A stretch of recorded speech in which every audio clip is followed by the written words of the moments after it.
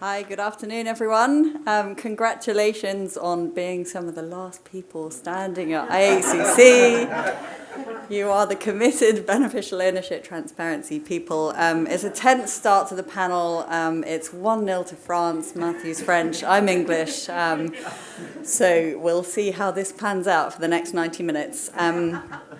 But the past few days have been really rich in discussions about beneficial ownership transparency, and also about the importance of tackling corruption in order to achieve a just and sustainable energy transition. So today we're taking a deep dive into beneficial ownership transparency, specifically with an energy transition lens, because as countries around the world transition towards clean energy, the demand for critical minerals required by those clean technologies is accelerating rapidly. According to the International Energy Agency, the need for critical minerals will be 4 times higher by 2040 if countries are to meet the Paris climate goals. So in this context, there's an increased risk for countries that are rich in these resources to be exposed to increased corruption as they scale up really quite rapidly in some cases to meet this growing global demand. Earlier this year, Open Ownership and the EITI published new research into this issue. And this really evidenced the strong potential for beneficial ownership transparency to support a just energy transition. So the paper shows that beneficial ownership transparency is a promising and concrete accountability tool for clean energy. It covers a variety of ways in which this is the case, but just to pull out 3 to help set the scene. First, as fossil fuel production is winding down, countries that are rich in oil and gas are often facing heightened corruption risks, and ownership data can help go some way to mitigating these. Second, for both countries and companies that are meeting this growing demand for critical minerals, there's a real opportunity to embed beneficial ownership transparency either from the start or at least from comparatively early on to mitigate the corruption risks in that sector. And then third, the report identified specific benefits in the area of governance of state-owned enterprises, as well as in oversight of private finance for the energy transition. And fundamentally, beneficial ownership transparency makes it harder for corrupt individuals to move and hide revenues through anonymously owned companies, and it can help address those really quite imminent and also well-documented corruption risks. So similar risks exist, of course, with fossil fuels, and this led the extractive sector to take really important foundational steps to strengthen transparency and accountability, including embedding beneficial ownership transparency in the EITI standard. And so it's for all these reasons that beneficial ownership transparency in the energy transition is a key priority for the Opening Extractives programme. And this programme is a 5-year collaboration between my organisation, Open Ownership, and the EITI International Secretariat. And our joint aim really is to transform the availability and use of company ownership data for natural resources governance. There are so many lessons from the extractive sector that can guide countries to ensure a fairer and more transparent energy transition. But the process of identifying those lessons and actually applying them can be, in practice, far from straightforward. So in today's session, I hope that with the help of this wonderful panel, we'll start to unpack these links and opportunities. We've got such a diversity of expertise, we're slightly too many for the length of table, so apologies to the panel that it's quite cosy. I'll introduce everyone really quickly, and then we'll be able to turn to each of our panelists in turn, and we're a relatively small group in the room too. I know we have some people joining us online, so we'd really like to then have an interactive discussion with all of you. So turning over to our panelists, I'm joined here on my right by Gay Ordenes. She's Asia Director and Anti-Corruption Lead for the EITI International Secretariat. She leads EITI's work on anti-corruption, in particular beneficial ownership and contract transparency. Then we have Jen Lewis, Deputy Director for Programs at the USAID Anti-Corruption Task Force, who Jen for the past 6 years has served as anti-corruption lead, providing technical leadership to USAID missions and other USG agencies across the realm of transparency, accountability and anti-corruption work. And Jen is also, she serves as USAID's representative to the EITI. Then we're joined by Tobias Musonda, who's Director for Planning and Information with the Ministry of Mines and Minerals Development in the government of Zambia. And he's got over 10 years of experience of coordinating policy and legislative frameworks across a really diverse range of areas: labour, social protection, environmental protection, and mineral resources development, to name a few. And he's coordinated the development of Zambia's new National Mineral Resources Development Policy, which specifically aims to enhance transparency in mining licenses. Then we have Matthieu Salomon, Senior Governance Officer at the Natural Resources Governance Institute, who's worked on governance and anti-corruption for over 15 years, a decade of that based in Southeast Asia, and he currently leads NRGI's work on anti-corruption, EITI, and civil society partnerships. And then Tim Robinson, Chief Compliance Officer at BHP. He's a lawyer with extensive international experience, and he's worked on the design and implementation of BHP's anti-corruption compliance program and works closely with BHP's teams and joint ventures to manage corruption risks in countries across Latin America, Africa, and Asia. And then on the end, oh, sorry, we're slightly in the wrong order, apologies. I can't actually see here. On the end, over here, Tetiana Shevchuk. She's with the Anti-Corruption Action Center, ANTAC, of Ukraine. She's an asset recovery and anti-money laundering expert and works to enhance cooperation between government and civil society on these issues. So we'll hear from each of these panelists in turn and then open up to you as audience members in the room and online for questions. So Gay, perhaps I could turn to you first. Could you set the scene for us, please, a little further by saying why is this issue of beneficial ownership transparency important to EITI, and what lessons do you see that can be learnt from the extractive sector and applied to the renewables and clean energy sector? Gay, over to you. Yes, thank you, Louise. Does this work? Yeah.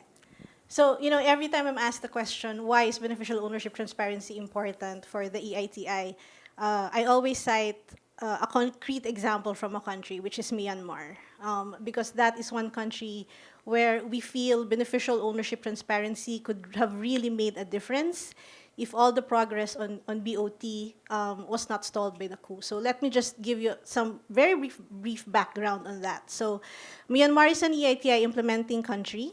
They started implementing EITI in 2015. And surprisingly, one of the first countries to implement beneficial ownership requirements. So under the EITI standard, all countries that implement the EITI are required to disclose the beneficial owners of companies that have participating interest in the extractive sector in the country, meaning mining, oil, and gas. And Myanmar, despite all doubts about their capacity to implement beneficial ownership transparency, it was one of the first countries to have a beneficial ownership public register. They launched that in 2019, 2020, with a very clear objective from the stakeholders that they wanted to understand the extent to which the military has ownership or participating interests in the extractive sector in the country. So that was very clear to them. Obviously, it was a very guarded process, or there was a lot of expectations when they launched the register about what the register could reveal, but obviously also some very cautious optimism, because you really do not know what data would be disclosed from that register. Nonetheless, it was a good start. Unfortunately, several months after the BO register was launched, the coup happened, and all the good progress on the beneficial ownership reforms in the country were halted. And that was really unfortunate, because just to set the scene, around 20% of the government revenues of Myanmar at the time was coming from the extractive sector, 47% of exports coming from the extractive sector. And according to independent reports, around the total production value of their jade trade was around $30 billion, which is almost half of the country's GDP. So that is the size of an opaque sector that we are looking at. Now, when the coup happened and the military took over, obviously the question that was in the minds of the people was that, who is funding the conflict in Myanmar. And there's a lot of anecdotal evidence that the military companies are involved, and they are the ones that are benefiting from the extraction of natural resources from Myanmar. And that was where beneficial ownership transparency could have really been useful. But unfortunately, that progress was stalled, as I mentioned. A year later, we are hearing the same questions in Ukraine and in Russia, right, in that conflict. Who is funding, who are the oligarchs behind the oil companies in Russia? So this is just one concrete example of how, beneficial ownership transparency is obviously important in all sectors, but even more so in the extractive sector, where because of how lucrative the sector is, there is really an urgent need to guard against corruption risks happening in that sector. So why are we worried right now? We are worried because in the advent of energy transition, there is a real risk that these corruption risks will be exacerbated because of the reasons that I will be discussing today. So Louise already mentioned earlier that we are expecting an increase in the demand of critical minerals in the advent of energy transition. That means that minerals like copper, cobalt, lithium, all of these minerals which will be needed for solar panels, hydropower, and other renewable energy resources, the demand for these minerals will increase. The problem is there's an estimate that 40% of the production of these minerals will come from governments with weak systems and regulatory frameworks. And again, I'm talking about Myanmar, which has rare earth minerals, and I'm talking about Afghanistan, which has copper and lithium. Now, it's probably impossible to have beneficial ownership transparency in those countries anymore, but there are opportunities in other countries that are also producing critical minerals and where there are ongoing reforms on beneficial ownership transparency. So Louise, to your main question on what are the lessons that we have learned from implementing beneficial ownership transparency in the extractive sector that could apply to the renewable energy sector, I want to highlight two key lessons learned. One is the importance of beneficial ownership information to be made available at every relevant stage of the value chain. So in the extractive sector, we are learning that at the licensing process, beneficial ownership information should be available because that's very important in detecting and preventing potential conflicts of interest, bribery, etc. As new players enter the renewable energy market, there is more need to scrutinize the legitimacy and integrity of these new investors. And the risk we foresee is that there will be fast-tracking of approvals of licenses for renewable energy projects in an effort to meet net zero targets. And this could compromise the integrity screening and could encourage deviation from license procedures. So I'll give you a good example of how beneficial ownership transparency in Zambia is trying to address this risk. So there, we have seen that a mining equipment manufacturer uses beneficial ownership data to perform customer due diligence on artisanal mining companies seeking to purchase equipment, including checks for potential corruption. So if that company sees that the buyers of their equipments were affiliated with politically exposed persons or there's evidence of using shell companies, then they deny the application. So that's one example of how BOT could be used for screening applicants. And then also the importance of beneficial ownership transparency in the procurement of suppliers and in third-party transactions, that's also important. So an example we can cite here is corruption that occurred in wind farm deals in Argentina, where journalists using the Luxembourg's BO register found out that actually a construction company that was used for the wind farms in Argentina were actually affiliated with another company that is owned by the brother of the former president. So because of that, they were able to unearth that actually that family earned around $70 million from the deals of that corporation. Another thing where beneficial ownership would be important is in commodity trading. This is a transnational risk. There's a lot to unpack here, but in the interest of time, I will just say that it's very important to require disclosure of beneficial owners of buyers in commodity trading deals. Second thing I wanted to highlight is that beneficial ownership transparency should be used to enhance domestic resource mobilization. We have seen the potential of this in the extractive sector. With the increase of profits coming from the renewable energy sector, BOT could be a good tool to ensure the domestic resource mobilization. A good example is in Nigeria, where they found out, the regulators of the mining ministry found out, that in order to evade payments or financial obligations to the government, some companies are just abandoning their old licenses and applying for new ones so that they won't be held accountable anymore for payments of fees. So the regulators of the mining sector there discovered this because when they were looking at the beneficial ownership data of some of the new license applicants, they found out that actually some of them are the same people who are holding the old licenses. And according to them, when they discovered this, they rejected these new applicants, and it enabled them to generate around 9.8 million US dollars of additional revenue, which is double than what they have been previously getting from license applications. So there are other examples of this, but in the interest of time, I won't be able to cover them. I'm sure my other co-panelists will be able to speak to that more.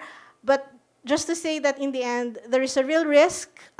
We hope everyone appreciates the urgency of the situation. The good news is that we have a useful tool, a tested one, which is beneficial ownership transparency to address those risks in the renewable energy sector. So I'll stop there. Thank you.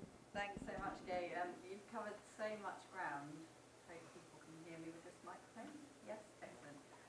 I mean, you've really set out something of a perfect storm where you have, in many countries, relatively weak governance institutions, kleptocratic regimes, layered across with a fast-growing global demand and like economic pressures to produce critical minerals. And you highlighted sort of the transnational nature of those risks as well. But I appreciated how you set out these concrete ways that beneficial ownership transparency can and already is helping.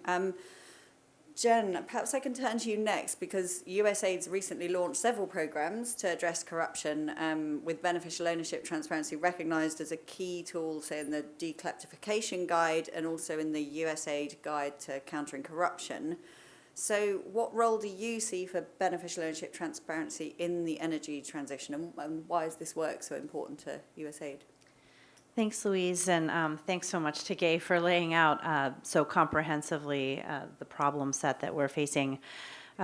So I think it's important to note that USAID is prioritizing this issue for two important reasons in terms of the energy sector and in particularly the transitions to a green energy future. One is around anti-corruption and one is around climate and climate change. And both of those objectives are key priorities for our administration, for our administrator.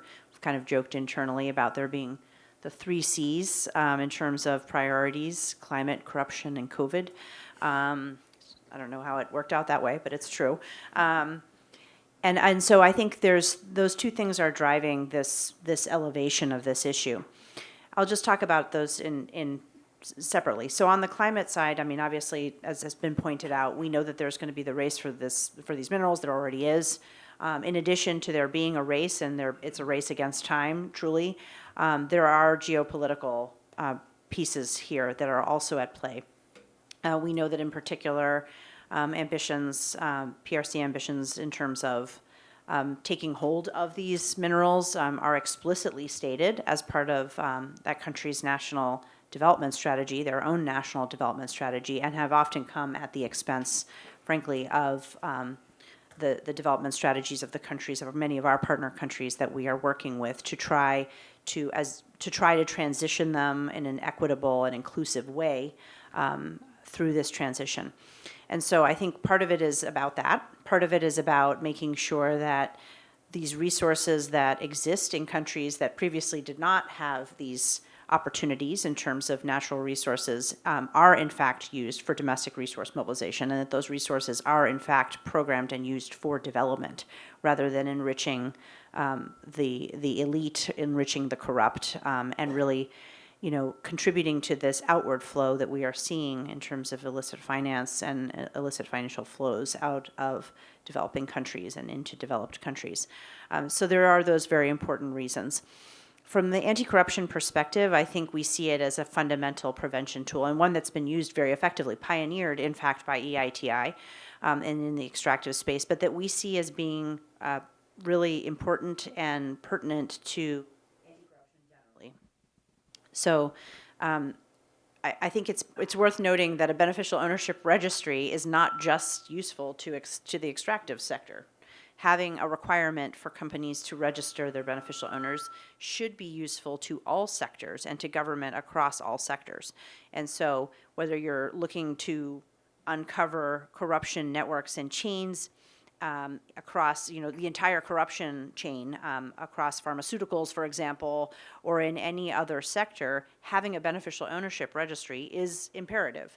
And so in a way, this has opened the door through this very niche area to a broader application of this standard and the idea of disclosure across all sectors. And so we see that as a really important tool. I do want to just say, though, that I don't think we see it as the panacea. It's not the solution. It is, in fact, the first step, really, when you think of it. The requirement to disclose this should really just be the opening salvo. We have so much work to do on the quality of the data that comes out of the beneficial ownership registries, due diligence in terms of the data that is included and what is not included.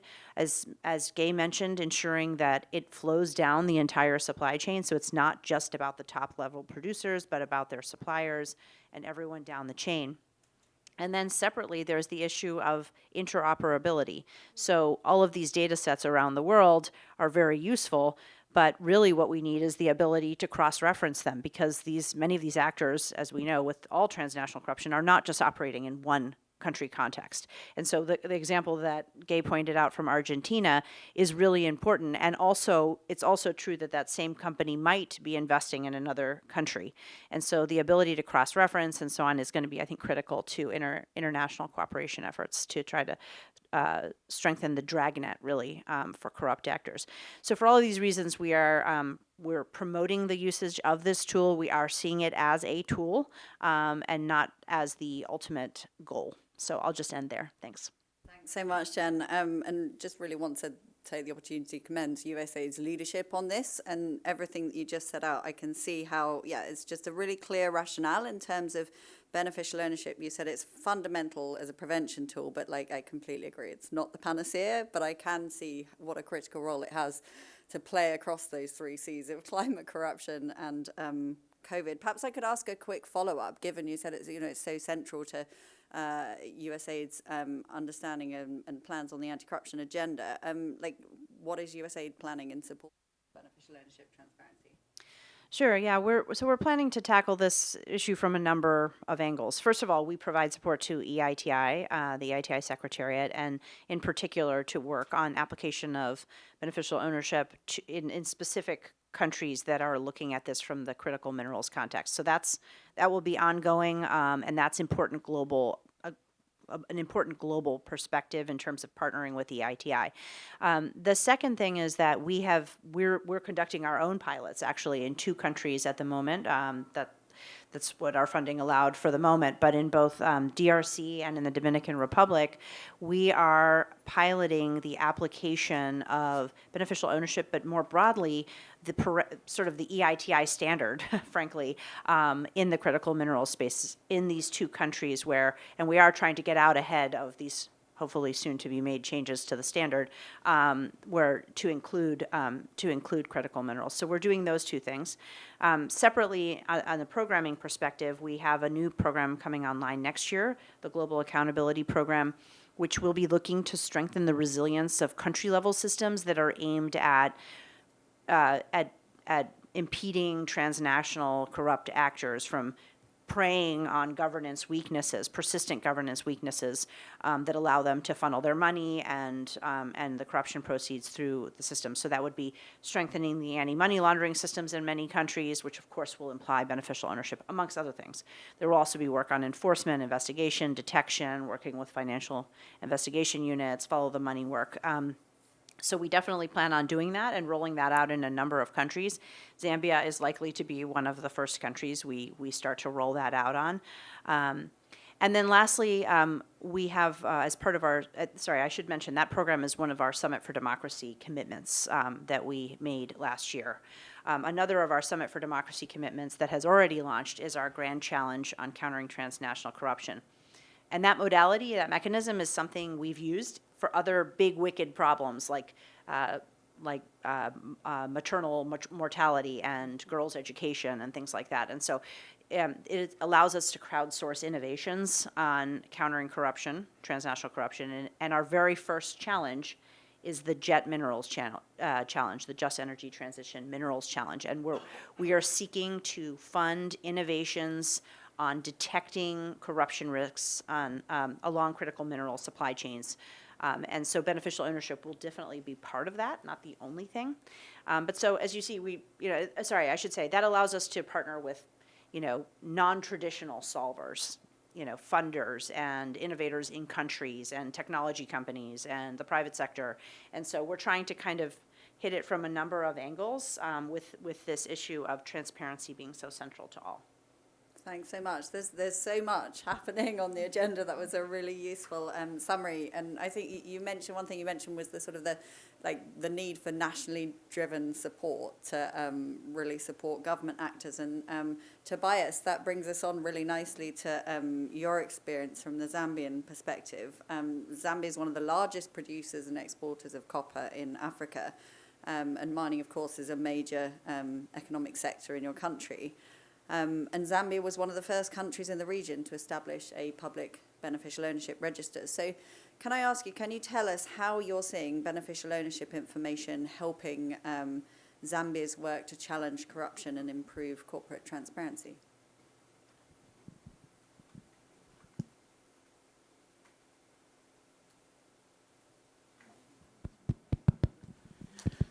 Thank you. Thank you so much.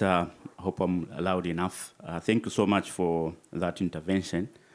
But first of all, just to highlight the fact that Zambia indeed is a major producer of critical minerals, especially copper. I think we are the second on the African continent, seventh around the globe. So the issue of beneficial ownership transparency comes to be very critical in the way Zambia is managing its mineral resources.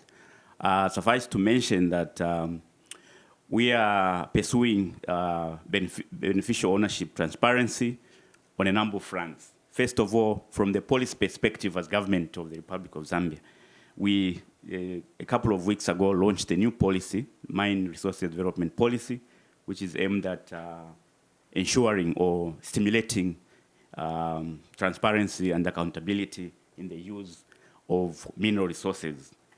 The second aspect is the legal framework. As you have rightly indicated, Zambia is one of the countries that embedded beneficial ownership in this legal framework. First of all, the Mines and Minerals Development Act, which promulgates the use of mineral resources, as provisions to the effect that transfer of mining rights has to be done by way of providing beneficial or rather company ownership details before the minister accents to the transfer of the mining rights. Secondly, the Companies Act, which is an overarching act in terms of regulating operations of companies, explicitly provides for beneficial ownership.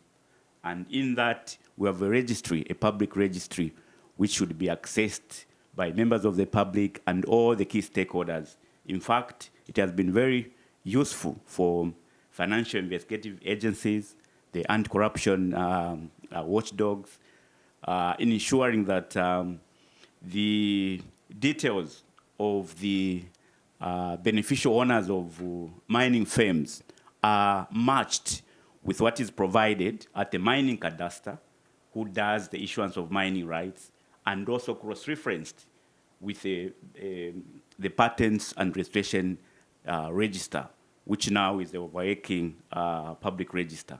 So essentially, in terms of Zambia, promoting beneficial ownership from the policy perspective, from the legal perspective, and also from the institutional perspective. As you may be aware, Zambia is one of the 50 countries that has committed to promote EITI. And therefore, in terms of ensuring that beneficial ownership initiatives are embedded in all the day-to-day administrative activities, we are quite on a good trajectory, but of course there are a few challenges here and there. For instance, the beneficial ownership data, which is under the public registry, sometimes is too bulky for people to use it to pursue issues of transparency and accountability. But however, as government, we are working on streamlining so that this information is user-friendly for any stakeholders who may be interested in looking at this information. Of course, one of the issues has to do with access. There's been some, lamentation from members of the public that the access must not be restricted. But I think those are legal issues that we are looking at as a government so that we ensure that this information is readily available for all members of the public to undertake. I'll give you an example, for instance, Louise, just to highlight how we have benefited from the beneficial ownership information. During the process, when we realized as a government that there were a bit of opaqueness in the way the licenses were issued, we did undertake an audit of the mining cadastre. And when we looked at the way the licenses were issued, we realized that there were speculators, some of them honing licenses more than 50 as either as an individual or legal persons. When we did cross-reference with the public register, we discovered that these are the same people that were around ensuring that they had these licenses. But the worst thing is that these licenses were not utilized for the benefit of the people of Zambia. They were actually held for speculative tendencies. So with that, public registers have stimulated change in policy and also legislation. Currently, we are saying no any other firm will have 5 licenses or more unless you demonstrate that you have the capacity. Indeed, the public register was a panacea in terms of helping us coming up with a new legislation. The other thing is that in our policy, the new policy, we are strengthening issues of integrity and transparency in the issuance and management of mining rights, right from the time the processes are being done.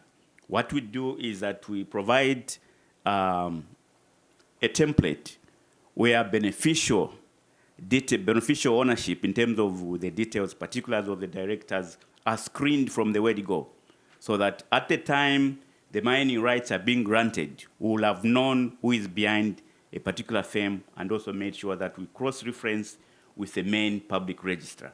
So in terms of the initiatives, we think we are doing okay, but of course there's room for improvement, especially with tinkling with some of the legal framework which may be restrictive in terms of accessing this beneficial ownership information. Thank you. Thanks so much, Tobias. And we're really pleased to be working with you and the colleagues in PACRA, the Zambian Company Registry, under the Opening Extractives programme, and absolutely to underscore from the Open Ownership Country team that's been working with you on many of those technical issues. You're doing so much, and there's, with all countries, even those that are relatively further ahead, like Zambia, in the region, then there's, it's good to see you sort of taking that iterative approach and looking like one by one at each issue to keep improving. Matthieu, perhaps I can come to you next, because we've just been hearing how beneficial ownership data is making a difference in the Zambian context. NRGI, of course, your work is really focusing on the sort of, you've got such a good track record of evidence gathering and researching into these issues internationally. So can you tell us really what does the research say is important when looking at beneficial ownership transparency as a tool to tackle corruption, particularly if you want to speak to the critical minerals sector and or the renewables energy sector more broadly? Thanks. Thanks a lot and good afternoon.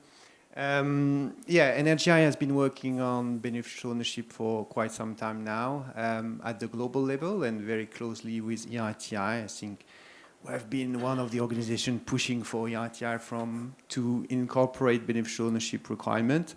And so we were very happy for that to happen. But also at the country level, and the story that Gay told about Myanmar is actually where the two of us spend so much time working together on BO in Myanmar. There are some legacy of the beneficial ownership information from Myanmar. NRGI had an open JADE data portal from this information, but obviously all of this has been kind of put asleep with the coup and everything. So just the idea behind our beneficial ownership engagement started on the premise that oversight actor can actually detect and prevent corruption in the extractives if they know what risk factor to look out for. We were particularly interested to look at two main forms of corruption: the extractive company trying to gain unfair advantage, and also the public official and politician elite trying to exploit the extractive sector for their personal or political benefit. So we did some research. We looked at more than 100 cases of corruption in oil, gas, and mining from about 50 countries. We used known and publicly available cases, so we didn't do specific investigation ourselves, or we didn't use speculative stories. We looked at what signs may have, in fact, tipped off authority and accountability actors to more scrutiny was needed and where. And that's why the example of Zambia using this information is quite interesting. Obviously, the research has had some limitation because we, as I mentioned, only use publicly available documents, and which obviously create bias because corruption is by nature hidden. So we don't know. Maybe there was much more that was not actually uncovered by the different investigation we used. We didn't use a control group of non-corruption cases. We did not consider kind of process weaknesses, contextual factor, like poor transparency of lack of civic space in specific countries. And we also acknowledge that the presence of a red flag doesn't necessarily mean that there is corruption. But anyway, 55% of these corruption cases that we studied, we saw a red flag being a competing or winning company showing signs of hidden beneficial ownership, especially by a politically exposed person. So basically, in more than half of the corruption cases in Extractive, there is an issue around hidden beneficial ownership. So obviously, from there, we started to try to think about how to reduce corruption risk linked to hidden beneficial ownership and PEPs in extractive licensing in particular. And I think that's why it's particularly relevant for the transition minerals that were mentioned at the beginning because of the boom of licensing coming up. To be fair, I don't think there is any difference between transition minerals and traditional minerals. So all our work on traditional minerals is we see very relevant for the transition minerals. The only thing is that the context is changing. The boom makes more licenses being kind of pushed forward, more pressure from companies, from different geopolitical interests on resource, on mineral-rich countries. That leaves licensing authorities sometime, with limited capacity, having to deal with many requests. And also, but we can maybe talk about that a bit later, there are some slightly different also arrangement in terms of who the players are, what kind of contract are negotiated with the transition minerals. But overall, it's the same. I mean, it's a mineral, and the beneficial ownership issue remain extremely relevant for bringing more integrity in the sector. Clearly, I just want to mention 4 different ideas. But before I do that, BO is not, as Jen said, is not a BO transparency is not a panacea. It's not a magic bullet that will solve everything. It's not because you say that you have registered, it's not because they are publicly available that will help to fight right away against corruption in the sector. It's only the starting point. It's a good starting point, and you've heard some really good examples from Zambia already. There are many other good examples, but it's a starting point. The beneficial ownership information will only be impactful if it is actually used to help detect, deter, and penalize problematic conduct. If it's not used, it's useless. Complementary measure will be needed for that to happen. And this is some of this idea around complementary measures that I would like to quickly mention here. For us, from our work on beneficial ownership in Extractive over the past now more or less 10 years, the key complementary measures are actually to incorporate anti-corruption provision into extractive sector rules. And this is, I mean, we studied more than 50 mining or oil laws, and we found that about half of them didn't contain prohibition on PEPs, holding interest in companies applying for extractive licenses. So you need to incorporate these anti-corruption rules in the sector rules, in the licensing rule in particular. And you need, and that's the second idea that I already hint to, is to establish this rule on collecting and publishing BO information as part of the extractive license application. The license application is key because this is when there is a moment I mean, it's a key moment in a mining project. It's a key moment where there is a great host country leverage also to choose who the license will be awarded to. It's a moment of very strong public interest, public scrutiny. And so the licenses application are one of the best moments to really require this BOT and to collect the information. When you apply for a license, you already have to submit lots of information. So that's also a good moment for the licensing authority to just ask for that on top of the rest. And that kind of sets the foundation for the effectiveness or ineffectiveness of many projects. Third, kind of complementary measures that we see key for successful beneficial ownership transparency to help to fight corruption in Extractive is actually obviously to screen application for manifest accuracy and corruption problems in BOT information. So you have many cases where you have very manifest accuracy issues.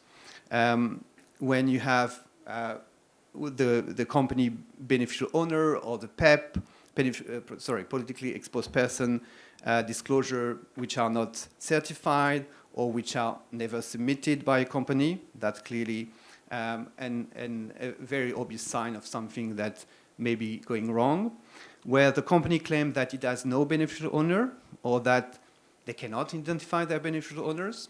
That happened. I mean, really, in the context of all the BO work we've done in many countries, you do have company representatives who tell you, we don't know who is our beneficial owners. Ahead of companies, not the big ones. You also have companies who identify another company as its beneficial owners and doesn't follow up the chain of ownership.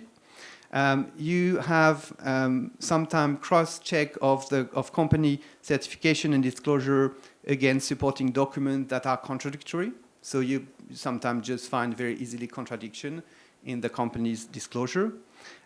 You have, for example, an application that can claim that there is no PEP beneficial owner, but at the same time you have the public official asset disclosure that indicates that political exposed person is the beneficial owner of the applicant companies. And finally, you have disclosures that strongly suggest that the company has engaged in collusive or anti-competitive behavior. When you have multiple companies with the same beneficial owners applying for the same license or the same contract. And sometimes you just look at addresses of companies in a BO register, and you can find that quite easily. And finally, and I'll stop there, sorry, you obviously need to scrutinize the corruption risk in some of the key selected awardees and pursuing sanction. You have contracts, you have project where you know there is more risk because there is more at stake and because the value is higher, or because it's located in a specific province, for example, from where people in power are originated, for example. So you have a number of higher risk licenses where that needs to be scrutinized better. Thanks. Thanks so much, Matthieu. That's a really good rundown of what I know is a really significant body of research and some concrete recommendations for how companies, governments can take actions around this. I would like to come to you next, Tim, because your team's doing this work to identify and mitigate corruption risks on a daily basis, working for a major multinational operating in markets spanning several continents. So can you tell us, why does BHP believe that beneficial ownership transparency is important, and what do you see the role of beneficial ownership transparency being in promoting a sustainable energy transition? Thank you, and thanks everyone thanks for inviting me to join the panel. So look, I'll just start quickly by giving a little bit of background on BHP for those who aren't familiar with the company, and then a little bit about agreeing with a lot of what the other panellists have said about this, how critical this moment is in the fight against corruption, then how our work on beneficial ownership fits into that. So we're a leading global resources company. We've got offices and operations in about 90 locations around the world. And as the world seeks to decarbonise, we are focused on transition minerals, so what we're calling future-facing commodities. So copper to support electrification of transport, for example, nickel for batteries and electric vehicles, our planned production of potash for sustainable agriculture, and also our ongoing production of steel-making commodities of iron ore and metallurgical coal, also for renewable infrastructure and development. So for us, we recognise, as many of the panellists have said already, that a number of these transition minerals are located in countries with higher perceived levels of corruption, and many that are at a fork in the road on their anti-corruption journey. And so we can see that well-governed, these precious one-off resources really could lift tens of millions of people out of poverty across a number of these countries. But equally, if poorly governed, then there's the risk of civil conflict and erosion of trust and potentially disruption such that even the extraction of these minerals is delayed, impacting the climate transition itself. So it is a real and stark choice, and really just an urgent and genuine. It's really critical that genuine progress is made on corruption, particularly in countries which host these critical minerals. And we know that the choices that we make and the investment choices that we make in coming years are going to go to the heart of this, and are going to go to the heart of our purpose as a company. So our purpose is to bring people and resources together to build a better world. And that's really informing our focus on the fight against corruption at the moment.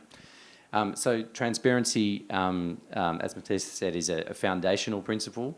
I think it's absolutely critical component of the fight against corruption, but we recognise as well it's not the panacea. It's not going to be enough. Other elements are going to be critical. Recognition of the rights of landowners, the ability of community to participate meaningfully in decisions that affect them, and accountability mechanisms that have been spoken about as well. They're all critical, but really the transparency agenda and getting the information out there underpins all of those, and is a critical enabler of all of those as well. So just to, in terms of the priority of the fight against corruption, whilst the rationale around creating value for host communities and social value from these transition minerals is critical, there's also some more hard-nosed business imperatives as well for us. So we think that effective anti-corruption measures like beneficial ownership transparency prevent corrupt companies from getting an unfair advantage in the competition for the right to develop these minerals, and that these types of measures can really help promote a level playing field and promote legitimate competition for resources, where it's competition based on the value that each company can provide to the host government and host communities for the right to develop what is and what are their resources. And so we see a really critical role for the private sector in that, and that's why we're advocating strongly on this issue at the moment. So we've been a long-time supporter of EITI, and I think you mentioned earlier that we last year we hosted a forum in London with the EITI and got a number of our peers, the largest players in the mining industry, to sign up to a statement of companies with us. So we had Anglo American, Rio Tinto, Newmont, and others signing this statement, and that statement it's available on the EITI website, and it committed us to promote the global adoption of beneficial ownership transparency. It committed us to disclose our own beneficial ownership data, and importantly, it also made a number of commitments around how we identify and use beneficial ownership data in our due diligence processes. So that's a particularly important point that I'll come back to in a moment. But we really see three key benefits, and the first is the one that I mentioned earlier. This is the three key benefits from transparency. The first is the one that I mentioned earlier about really levelling the playing field and reducing the opportunity for corruption. It reduces the opportunity for corrupt actors to conceal their interests in companies that have the right to develop resources. And that is a mechanism that we've seen in many corruption scandals in the industry in the past. And so that goes through to level the playing field and create that legitimate competition. But we're also hoping that the commitments that we've made and the commitments that our peers have made at the big end of the industry will actually send a really clear signal that corruption won't be tolerated and will be exposed. And that signal ideally should flow through all parts of the value chain. So, for example, we think it should act as a really strong disincentive to the provision of corrupt benefits via concealed ownership, right from the initial grant of an exploration licence to probably a much smaller company than us, right through to all of the granting of permits and licences and other tenements until the point where a large producer such as us will come in and build a major mine.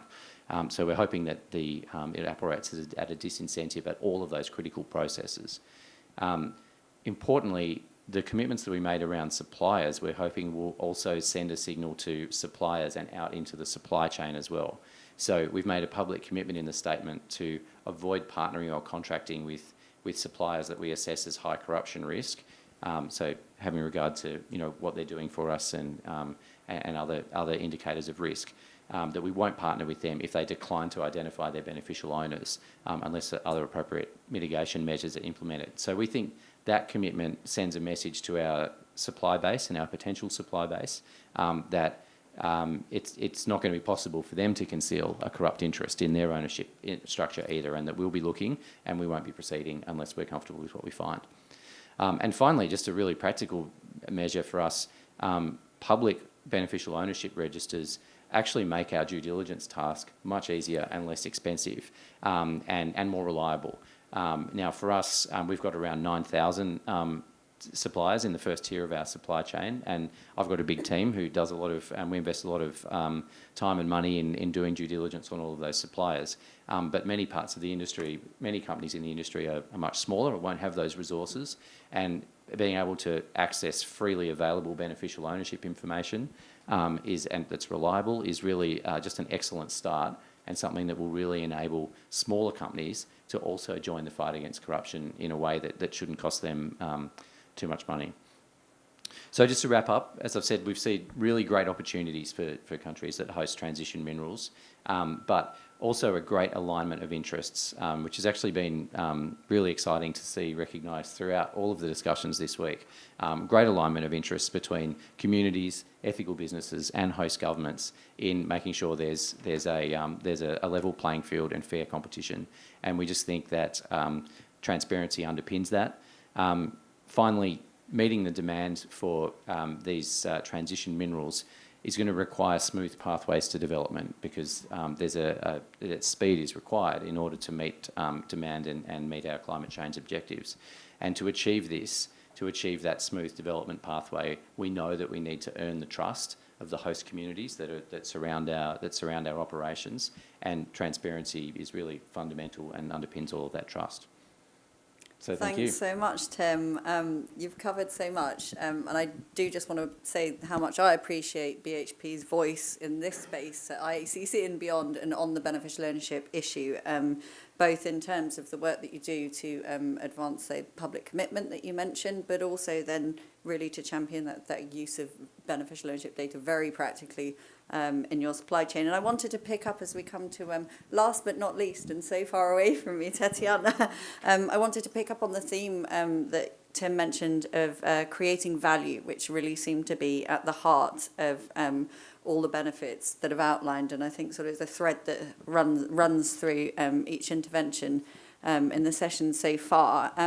As many of you may know, Ukraine was one of the first countries in the world to create a public beneficial ownership register. And whilst the register is currently offline for security reasons, CSOs like yours at the Anti-Corruption Action Centre, Tetiana, are still working on this issue. It's very live, and the Ukrainian actors that I've been talking to this week at IACC as part of the RISE coalition, etc., are placing a real importance on beneficial ownership, transparency, and other anti-corruption measures, looking ahead to Ukraine's reconstruction. So as Ukraine is a country rich in critical minerals and other natural resources, my question to you is, how can Ukraine embed measures like beneficial ownership in its reconstruction as and when the security situation allows, and what work is ongoing? Thank you. I think that, first of all, we should reflect on the progress we made, because Ukraine didn't stop on just opening the register, setting the register. It wasn't an easy task, but the opening of the register opened the floodgates of so much more work to do on the issue. First of all, is the quality of the data which gets to the register, the possibility of machine-readable format to quickly work with this data. And Open Ownership did a lot of work on the standards, on development of better IT solutions for that. Personally, my recent 2 years maybe were devoted to the issue of verification of data in the register, both from the policy solution, how to make what information should be there, and how to make companies both with positive incentives, the countries that disclose the beneficial ownership data have lower risk standards, or have access to the procurement made by public authorities, and both negative incentives, what should be the tax, the fines for not submitting the data, etc. Then implementing those policies into legislation, which is quite an onerous task as well, because I'm happy to hear from the companies that embrace beneficial ownership in their work, but I've been sitting with even banks who should be interested in that, but they were like, we don't like this, we don't want this, and all this work to have a common ground and move forward. And I was happy that a few months ago we finally adopted the legislation that enables I wouldn't say it's verification. It's not verification yet, but validation of the data in the register, and hopefully once it's open to the public, will see better data in the register. And we still have a lot of problems even on policy side, that we want the companies to renew data in the register annually. It was not implemented. MPs just scratched out it from the draft law, saying we don't want to put a lot of burden on business. We're trying to explain it's not a burden. It's especially in our environment, it's IT solution. We promised that it would be done in few clicks, but still, it wasn't implemented. So I hope that we will do this in next months. And then there is a practical application of this data, especially in extractive sector and in green energy sector. And unfortunately, the full-scale Russian invasion didn't allow us to start the project on studying the disclosing of beneficial ownership data by energy companies. A few years ago, we've done the study on disclosure of information by oil and gas extraction industry in Ukraine. And our finding was that at least 1/3 of the companies or extraction licenses, if being more precise, are owned by or some way related to the people who are PEPs. Even more are owned by their offshore companies, and so the beneficial ownership are not beneficial owners, are just nominal owners or corporate secretaries of these offshore companies. We wanted to make such a study with the energy companies. It is postponed. It would be interesting to do it in the next years because it would be totally new market. Given that at the moment 40 to 50% of Ukrainian electrical infrastructure is destroyed, it's a challenge. It's a sad news, but it's a challenge. And once it would be reconstructed, once we go to this phase, there will be new players on the market. And our task is that biodata should play important role in setting up licenses, in opening the market, because previously it was very closed market owned by actually the same actors who own oil and gas extraction. The green energy in Ukrainian case was a very useful and convenient vehicle to invest either money of like questionable origin or the money from the other of these polluting spheres. So there were no really new actors on the market. We hope that once we have this new market, that will be more transparent and we will better know the players, and that's why create the fair rules of the game.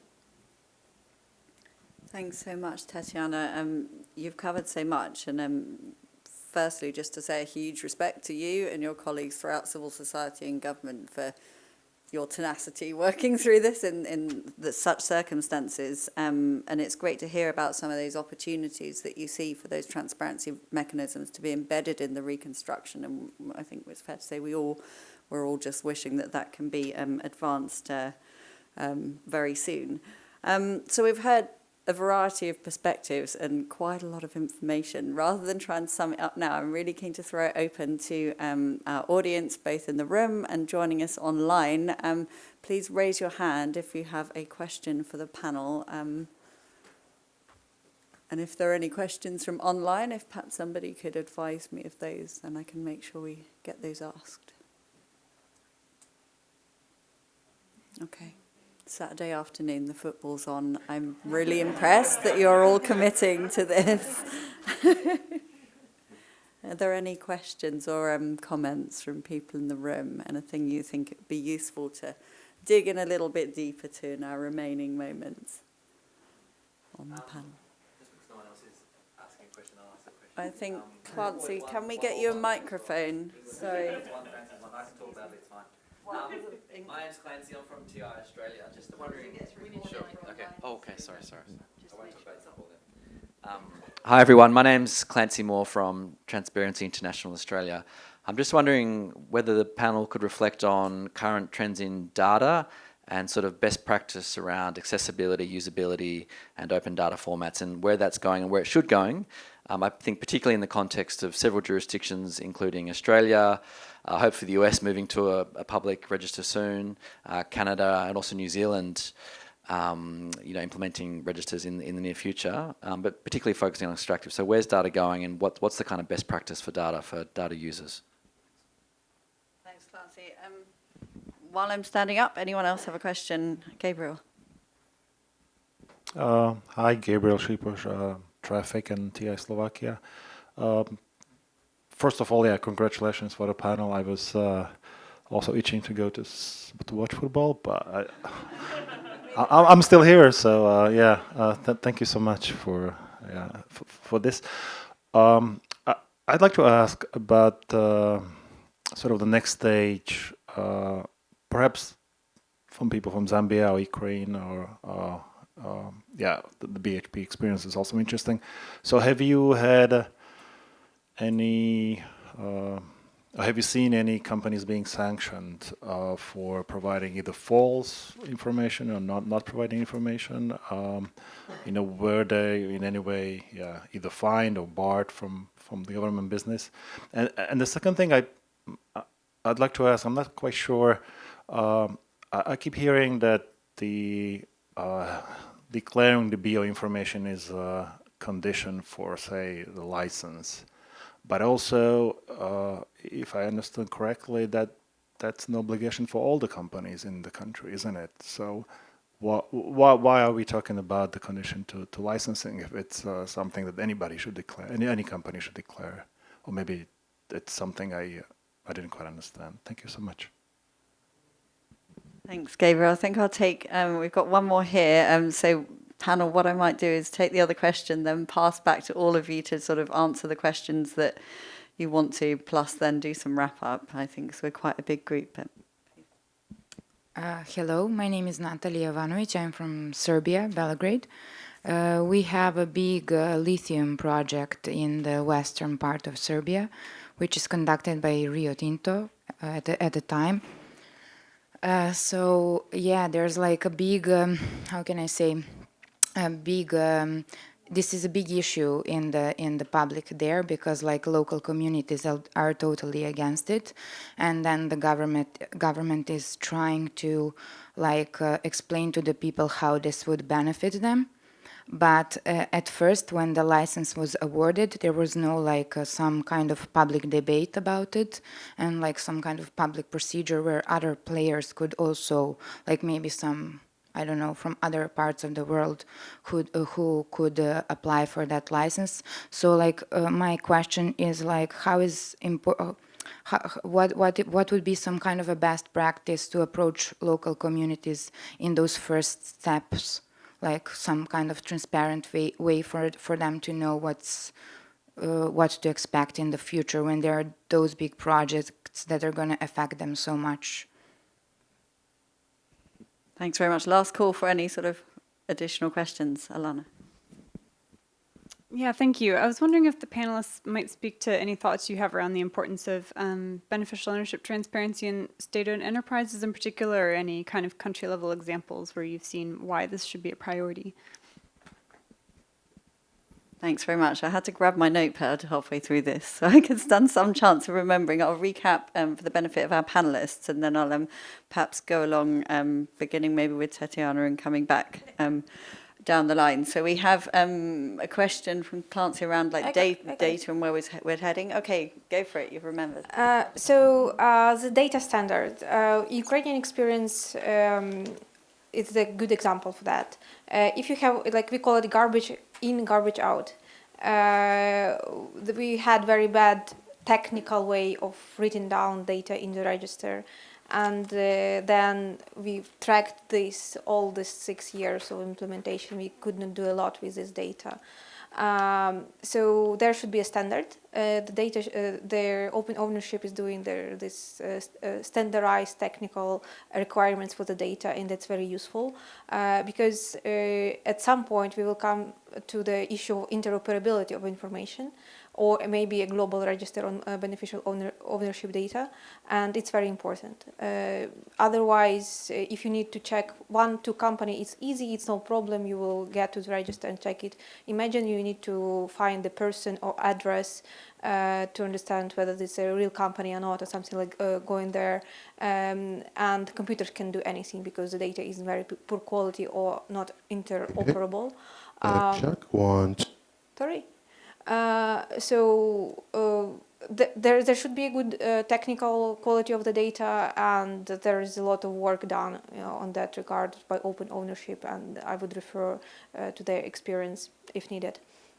As for licensing and licensing requirements, I think it's not to us, because for Ukraine, all the companies have to disclose biodata, but there is an issue.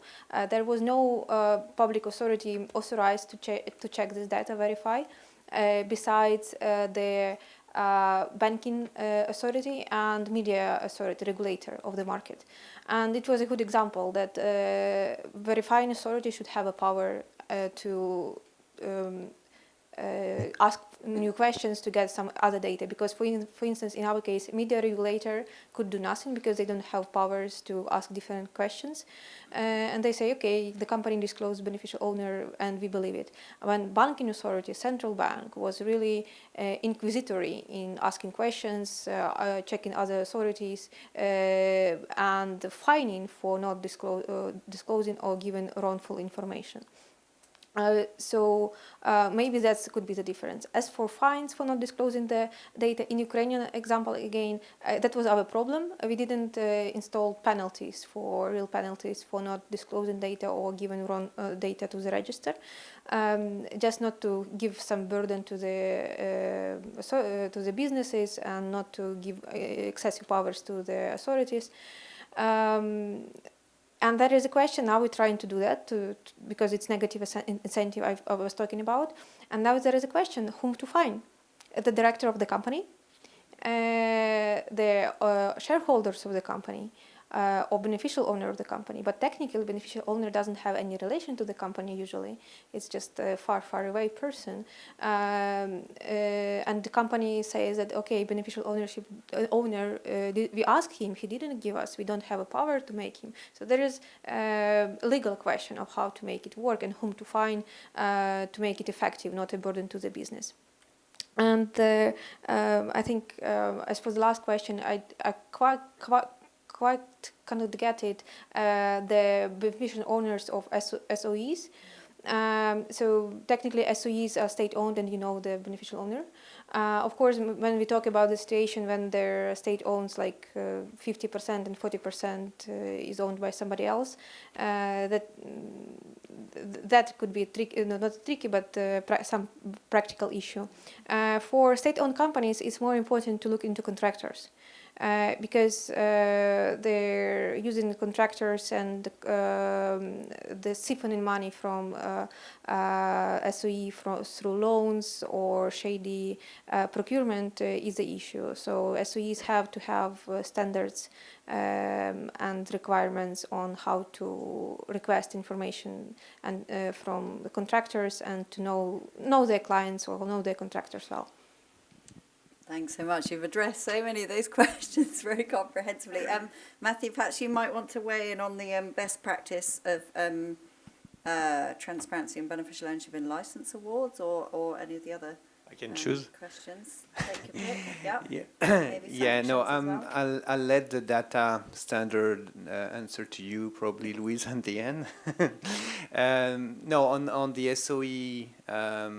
SOE question, it's a really, really important question. I mean, it's obviously a bit tricky because SOE on paper, as Tetiana said, are owned by the state. But there are so many opacity in SOE that there is still quite a lot to do just to get, I think the BO process can be a good process to push SOE to be more transparent about who is in their board, who makes the decision and so on. I think obviously about disclosing specifically beneficial owners, it's about the partners of the SOEs being joint venture or being subcontractors. And this is an area which is obviously very, very high risk in terms of corruption. And I think it's it's very, very much relevant for all the transition minerals, because we've seen more and more countries establishing SOEs or giving more responsibility to SOEs or giving back more responsibility to SOEs. You take DRC, there is the Entreprise Générale du Cobalt, who is now quite an important player. You take Indonesia, you take some Latin America country. You have for good reason. I mean, I'm not judging the reason why countries decide to give more responsibility to SOEs, but historically, SOEs are more prone to corruption. They are closer to politicians, and so they are a vehicle for corruption through subcontractors and partners. So definitely, it's an area to watch and to make more efforts on regarding beneficial ownership transparency. I can pick another one. Yes. Okay. We've cool. got 15 minutes. 15 minutes. Between everyone. No, just on the question from participant from Serbia about. So I guess your question is a bit slightly peripheral to beneficial ownership, because it's a broader question about social license to operate, community consultations, and so on. But it's an area which is very prone to corruption, and this is an area where corruption can aggravate environmental and social impact, and clearly we've seen corruption risks very high in community consultation and so on. I think Clancy from TI Australia can talk about that, because there is actually a good paper from TI Accountable Mining Program about corruption risk in community consultation. The solutions are regular, transparent, clear rules about community consultation, respect of free, prior, and informed consent, also having a grievance mechanism according to the UN principle, and so on. So there are a number of things that can mitigate the corruption risk in community consultation. Obviously, that means that you have to have community consultation to start with, which is not always the case. But yeah. Thanks. Thanks very much, Matthew. Tim, I don't know if there's a particular question that you want to pick, and then perhaps I should add on if there are any sort of broader reflections on what the panel said that you'd like to. I was going to do a mix-up of those two, actually, a theme and a reflection on a couple of the questions, which is really the theme I was sort of thinking of. I mean, we've talked a lot about ultimate beneficial ownership today, but I think, as is clear from some of the questions, it's not enough. So whilst we are all focused on ultimate beneficial ownership and a lot of great work is going on, I think we all acknowledge that that's not going to be enough to solve the problem and to win the trust of host communities that are going to be impacted by the development of transition minerals. So to Clancy's question, just publishing the data is not enough. It's important, the quality of data, and I just would agree with that principle. Not being a data specialist myself, I'll just, for those who are interested, the BHP Foundation is actually funding a great project run by the IFC called Disclosure to Development, which is a project which is aimed at working in particular countries to enhance the understanding of data and the use of data that's coming out of EITI and open ownership and other similar initiatives. So that's a really interesting one. I know they're publishing a lot of material, so that Disclosure to Development project by the IFC is an interesting way to really try to leverage this data. And to a number of the other questions, including the one from Serbia, I think it does go to that point that just ultimate beneficial ownership transparency and transparency generally is not enough. There's a whole suite of measures that's required in order to win the trust of communities and to succeed in fighting corruption. Thanks. Thanks very much, Tim. Tobias, I'll turn to you now. I don't know if you wanted to perhaps talk to yes, the I'll question be very on brief, but mining and whole economy. I'll be very brief, but try to attempt all the issues that raised. The first one on accessibility. I think for us, the issue is about user-friendly information, where stakeholders are able to delve into the particulars of that data, and that can be agreed at a multi-sectoral level. The issue of sanctions, yes, from our side, the Act or the law provides for sanctions. For instance, I think it's $2,000 for abrogating failure to provide this information, or 4 years in jail, or both. That's what the law provides. But as to whether a clear case in terms of which company has been sanctioned, I'll not be able to, I don't recall, but definitely there should be cases there because some of them are administrative penalties. The issue of Natalie, community engagement, I think from our side, what it is that the law provides for a consent. So before the minister allows for the mining license, he or she must see that the community has consented. So without a consent, the project can't proceed. The issue of BOT vis-a-vis state enterprises, I think is critical. I think my colleague talked about the board of directors, because the board of directors are the ones that anchor the operations of state-owned enterprises. And in our laws, for instance, we have defined politically exposed persons. So if you are in charge of running a public institution, you are amenable in case things go wrong. So I thought that I should just speak to those issues quickly. Thank you. Perfect, thank you. Jen, over to you. Sure. I think I'll just comment also on the usage of data. I know that others, I mean, USAID is not in the business of putting out necessarily standards on best practices and usage of data along these lines, but I know that open ownership and others have thought about these issues. I will just say that, and this is just wearing a previous hat as a lawyer, I'm a recovered lawyer, that, you know, I think our own U.S. law, which will come into force on January 1, will have a number of these provisions, including obviously some punishments and consequences for failure to disclose. But I think the other thing, at least from our perspective, is that there is this system of a unique identifier for the individual companies, which in theory would allow you to uncover and use the data in a cross-sectoral way, and in theory lays the groundwork presumably for some interoperability, as I mentioned earlier, of the data across the global data set. And so with an eye towards whether there is eventually a global beneficial ownership registry or not, the fact that you can identify the same company which may seek to reinvent itself and the same owners which may seek to reinvent themselves and shop jurisdictions to do so. So I do think that that is something, it's not exactly the call to action perhaps, but I mean, I think that's a critical thing that needs to be unpacked. And for those of us who are donors, as we think to support this work around the world, being proactive and thinking about that future state, whether it's 10 years hence or 15 or 20, when the data that we are helping to support at the country level has to speak to global data. So I would just point out that.